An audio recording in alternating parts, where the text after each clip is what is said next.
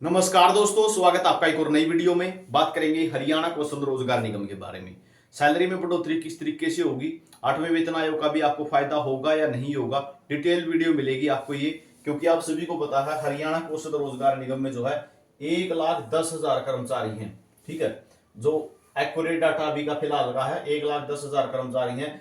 जो job security में चले जाएंगे वो अलग हो जाएंगे, बाकी 1,10,000 कर्मचारी अभी इस समय शामिल है एच के माध्यम से। तो सैलरी जो 8वां वेतन आयोग लगेगा उसमें सैलरी का कितना इजाफा होगा, क्या एच के कर्मचारियों को फायदा होगा भी या नहीं होगा, कंप्लीट डिटेल से ये वीडियो मिलेगी। और आप भी अगर हरियाणा कौशल के कर्मचारी हैं तो लिंक अपना जो है डिस्क्रिप्शन में दिया हुआ है, व्हाट्सएप ग्रुप को जरूर ज्वाइन कर लेना। हर अपडेट मिलेगी। जॉब सिक्योरिटी के कर्मचारी है तो जॉब सिक्योरिटी ग्रुप है उसको ज्वाइन करना। तो ये बात कर लेते हैं। तो अभी फिलहाल आपको ये सैलरी मिल रही है, जैसा कि आप स्क्रीन पर देख पा रहे होंगे।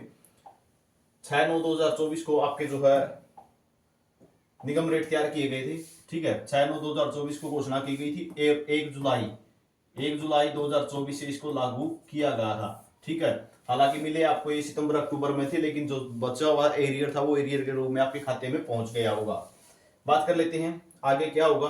ठीक है, 8th जो पे कमीशन लगेगा उसमें सैलरी कितनी तक जा सकती है, आपकी कितनी सैलरी आपके खातों में आ सकती है। पहले तो फिलहाल बात करें तो ग्रुप डी की बात करें तो लेवल 1 के कर्मचारियों को ये सैलरी मिल रही है। ठीक है, जो कैटेगरी 1 के जिलों में आते हैं। कैटेगरी 1 के जिलों की बात करूं तो जैसे गुड़गांव है, ठीक है, फरीदाबाद है, अंबाला है, ठीक है, यमुनानगर है, पंचकूला है। तो ये जो कैटेगरी लेवल 1 के जिलों में आते हैं, जो 4-5 जिले, और जो डिस्ट्रिक्ट की कैटेगरी 2 वाले हैं यानी 13 जिले हैं, जिसके अंदर अपना जो है जींद है, कैथल है, रोहतक है, ये कुरुक्षेत्र है, करनाल है, सोनीपत है, पानीपत, ये जो सभी जिले आते हैं इनके अंदर जो है ग्रुप डी वालों को, लेवल 1 वालों को 17,550 रुपए मिल रहे हैं अभी फिलहाल। ठीक है, तो मैं इसको जूम भी कर देता हूँ थोड़ा, आपको परेशानी नहीं रहेगी किसी को देखने में।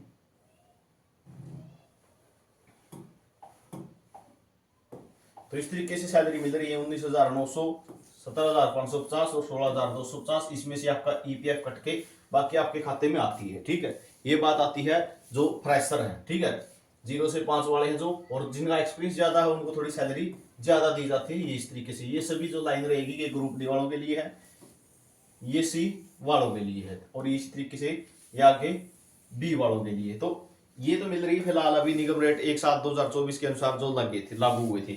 अब बात आती है सैलरी बढ़ेगी कब और 8वें वेतन आयोग के अनुसार आपको फायदा होगा या नहीं होगा। तो इसके बारे में बात करें, एक तो निगम रेट आपके जो है सितंबर में ही घोषणा की जाती है। ठीक है, अक्टूबर सितंबर में ही घोषणा की जाती है।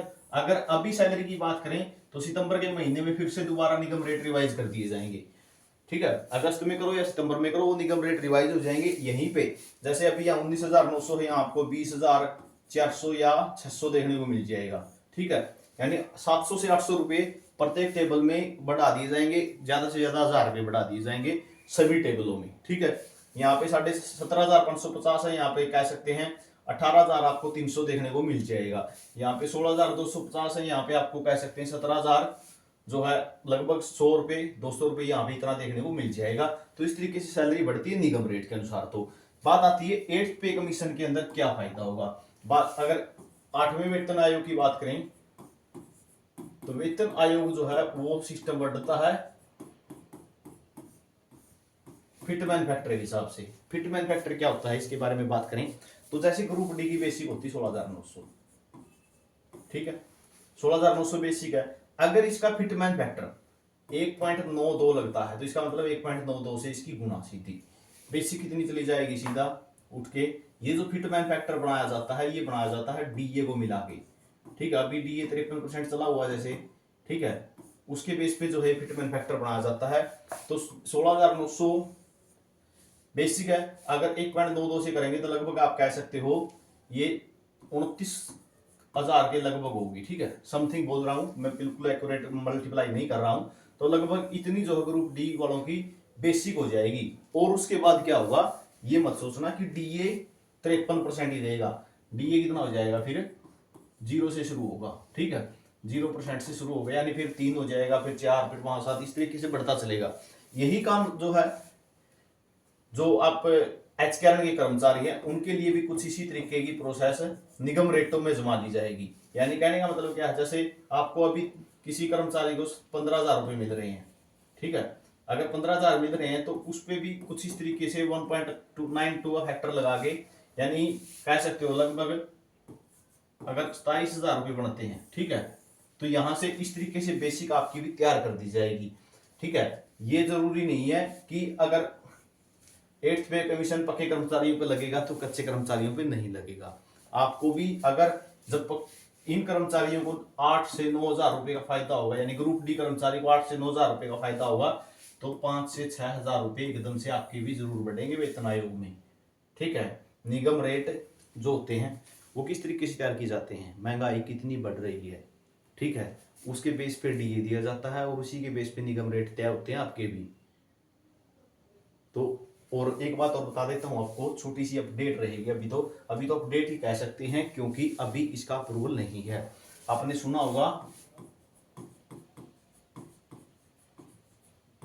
मिनिमम सैलरी के लिए कमेटी गठित होने वाली है, और मिनिमम सैलरी कमेटी गठित होगी, इसका मतलब पता है क्या है, मांग क्या की जा रही है कि 21,000 रुपये मिनिमम हो, यानी जो आप 14,500 रुपये लेने लग रहे हैं, 15,000 लेने लग रहे हैं, 16,000 लेने लग रहे हैं, 17,000 लेने लग रहे हैं, कम से कम सैलरी 21,000 रुपये तो सभी की होनी चाहिए। ये मिनिमम सैलरी ये इसीलिए इसकी कमेटी बनाई जाने लग रही है, ठीक है। तो 8वां जो वेतन आयोग लगेगा, मैं आपको बिल्कुल एक्यूरेटली बता रहा हूँ, कम से कम 5 से 6,000 रुपये इजाफा जरूर होगा आपके निगम रेटों में। अभी जो आपका निगम रेट है ना, यहाँ पे मैं आपको दिखा देता हूँ यहीं से, जैसे 19,900 रुपये है, तो कम से कम आप इसको 26,000 के लगभग मान सकते हैं, यहां तक चला जाएगा, 25 से 26,000 रुपये यहां तक ये चला जाएगा। अभी 19,900 यानी 20,000 ही है ये, तो 5,000 तो बढ़ोतरी होनी तय है निगम रेटों में भी। ये नहीं है कि सिर्फ पक्के कर्मचारियों को फायदा दिया जाएगा।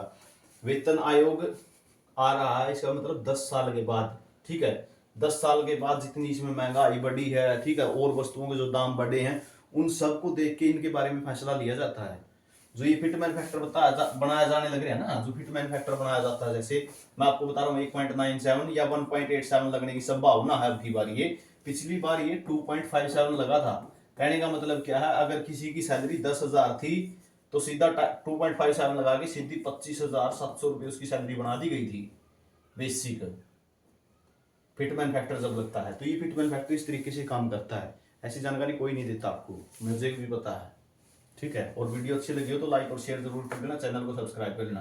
तो सिंपल सी बात मैं आपको बता देता हूँ, एचकेआर के आप कर्मचारी हैं, चाहे कोई सा भी निगम रेट को आपको मिल रहा हो, कितनी भी सैलरी मिल रही हो, 5 से 6,000 रुपये आपका बढ़ना तय है वेतन आयोग लगते ही, ठीक है। और कुछ अब एक बात और सोचेंगे कि 5 साल होते ही हम जॉब सिक्योरिटी में आ भी जाएंगे या नहीं, तो आप अकेले नहीं हो, ठीक है। 1,10,000 कर्मचारी हैं, अगर यहाँ से 60,000 को जॉब सिक्योरिटी मिल रही है तो 50,000 कर्मचारी तो ऐसे भी बचे होंगे जो 1 या 2 साल के अंदर जो जॉब सिक्योरिटी में आएंगे, ठीक है। तो बीजेपी सरकार के अंदर ही आपको, इसी सरकार के अंदर ही आपको भी जॉब सिक्योरिटी में शामिल कर लिया जाएगा, ठीक है। हाँ, अब ये मत सोचना कि कहीं नौकरी से तो हटा दें, अब वो समस्या जा चुकी है। ये समस्या सिर्फ और सिर्फ सिंचाई विभाग में खड़ी हुई थी। सिंचाई विभाग में क्यों खड़ी हुई थी, क्योंकि वहां पे ज्यादा कर्मचारी आ गए, ठीक है। ग्रुप डी के लगभग कह सकता हूं मैं 3,500 के लगभग कर्मचारी तो जो है सिंचाई विभाग में गए हैं, बाकी डिपार्टमेंट में कर्मचारी कम गए हैं, सिंचाई विभाग में सबसे ज्यादा गए हैं ग्रुप डी के। तो वहां पे भी कुछ समस्या इस कारण से क्रिएट हुई थी, जो अखबार में आपको देखने को मिला, 5 साल से कम वालों की जाएगी नौकरी। ये सारा मामला किस कारण से हुआ था, कर्मचारियों की संख्या ज्यादा होगी, वहां पे एक ही डिपार्टमेंट में ज्यादा कर्मचारी चले गए। तो ये जानकारी आपके लिए रहेगी, घबराने की आवश्यकता बिल्कुल भी नहीं है, ठीक है। एक्यूरेट जानकारी अपने पास मिलेगी बिल्कुल चैनल पे। तो 5 से 6,000 सैलरी बढ़ना तय है। निगम रेट आपके हर साल रिवाइज किए जाते हैं, जैसे ये हुए हैं, ठीक है, हर साल रिवाइज किए जाते हैं, यानी साल में एक बार। लेकिन जब जॉब सिक्योरिटी में आ जाएगी तो 3 बार सैलरी बढ़ जाया करेगी। तो ये जानकारी आपके लिए रहेगी। वीडियो आपने देखा इसके लिए बहुत बहुत धन्यवाद। जानकारी कैसी रही कमेंट सेक्शन में जरूर बताना आप, और ऐसी ही वीडियो अगर चाहते हो तो चैनल को सब्सक्राइब करके बेल घंटी को प्रेस कर लेना, ताकि वीडियो डालने तो नोटिफिकेशन आप तक पहुंचे, कोई भी वीडियो आपसे छूटे ना। वीडियो आपने देखा इसके लिए बहुत बहुत धन्यवाद।